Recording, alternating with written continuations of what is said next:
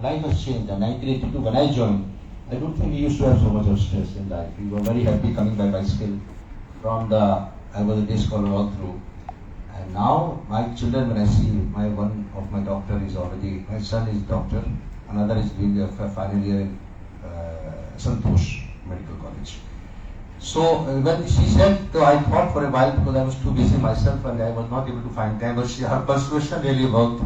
She kept on phoning me, okay, why don't you organize something? Then I spoke to Dean of Santosh and Sarda Medical College.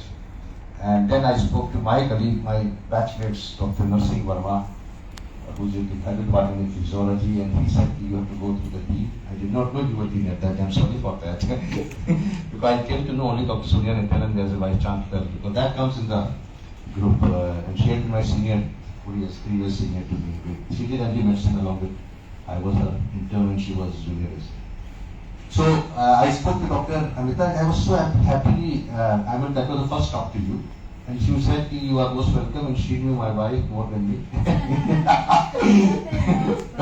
So I said I was very happy that things will move on, and then she designated me Dr. Garima, who is doing this. So all the students are welcome to King George Medical College.